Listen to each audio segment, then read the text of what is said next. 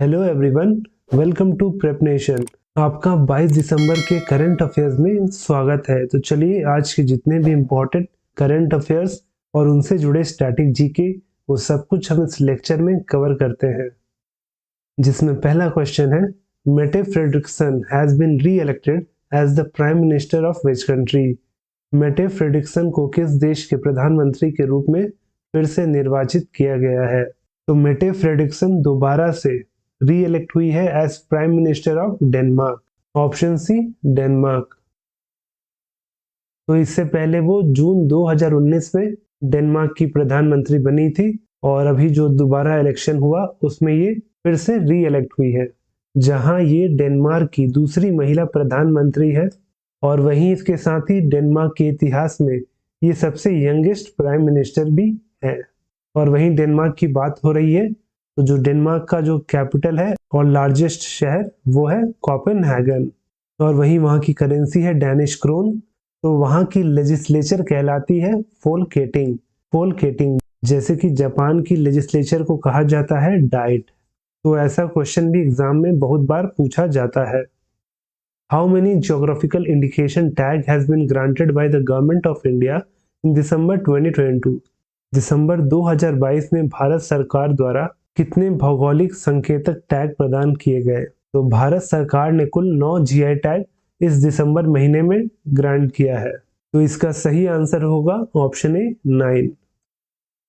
तो 2022 खत्म होते होते केंद्र सरकार ने 9 नए प्रोडक्ट को जीआई टैग की सूची में जोड़ा है और वहीं इस 9 जीआई टैग के जुड़ने के साथ अब भारत में कुल 432 ऐसे प्रोडक्ट है जिनको जीआई टैग प्रदान किया गया है। तो ये एग्जाम के लिए बहुत ही ज्यादा इंपॉर्टेंट है कि भारत में टोटल कितने ऐसे प्रोडक्ट है जिनको जीआई टैग दिया गया है। तो वो करेंटली है 432, जिसमें कि 401 जो है वो इंडियन ओरिजिन के प्रोडक्ट है और वहीं 31 ऐसे प्रोडक्ट है जो विदेशी मूल के हैं।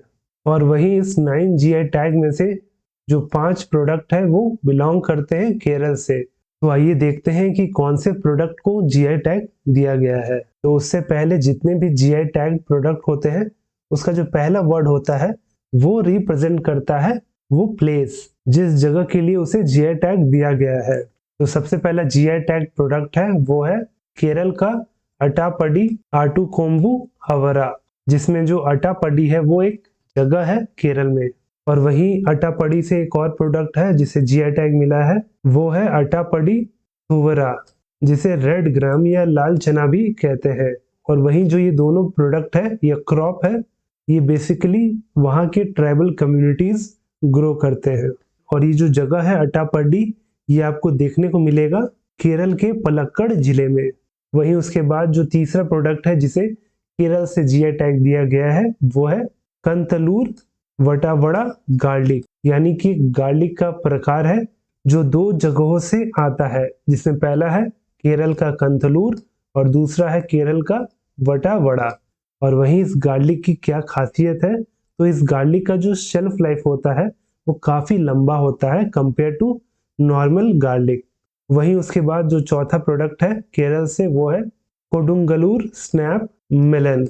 और वहीं इसके बाद जो पांचवा और आखिरी प्रोडक्ट है केरल का वो है उनाटुकरा सेस्मे।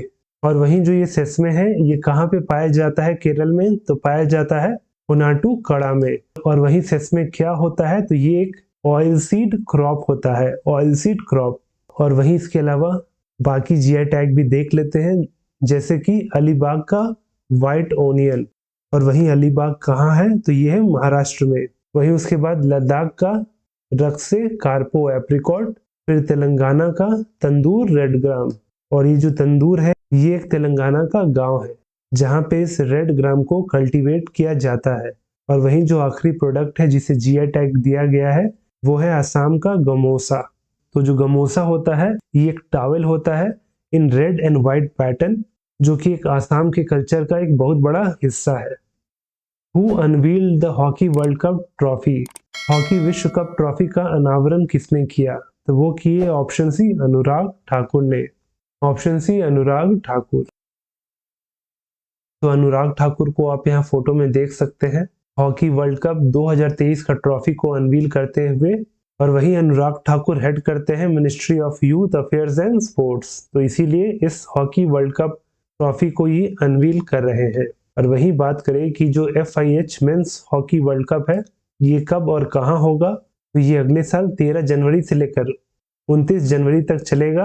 और कहां, तो उड़ीसा के भुवनेश्वर और राउरकेला में। और वहीं ये हॉकी वर्ल्ड कप का 15वां एडिशन होगा। और वहीं इस हॉकी के वर्ल्ड कप में कुल 16 देश पार्टिसिपेट करेंगे। और वहीं से पहले India hockey men's world cup 3 बार होस्ट कर चुका है, जिसमें पहली बार 1982 में किया था जिसका वेन्यू बॉम्बे था। वहीं 2010 का एडिशन नई दिल्ली में हुआ था।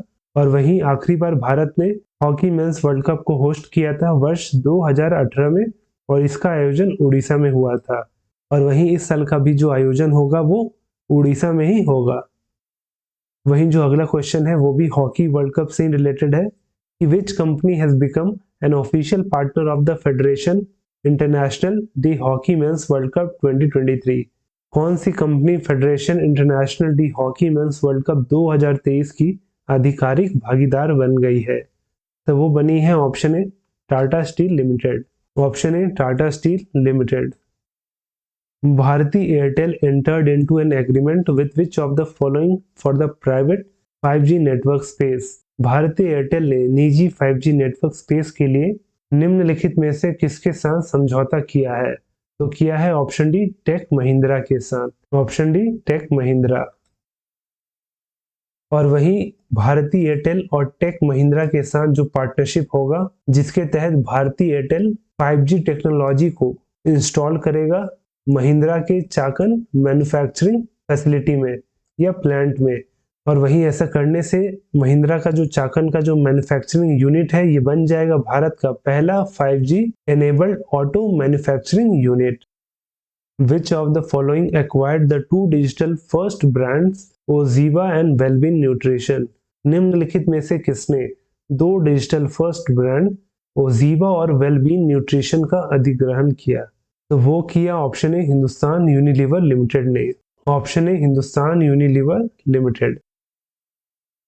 तो हिंदुस्तान यूनिलीवर लिमिटेड ने एक्वायर किया है ओजीवा और वेलबीन न्यूट्रिशन को, क्योंकि जो हिंदुस्तान यूनिलीवर है उसको अपना न्यूट्रिशन इसके साथ ही ब्यूटी और पर्सनल केयर बिजनेस को और भी ज्यादा एक्सपैंड करना है, तो इसीलिए ये एक्विजिशन किया गया है।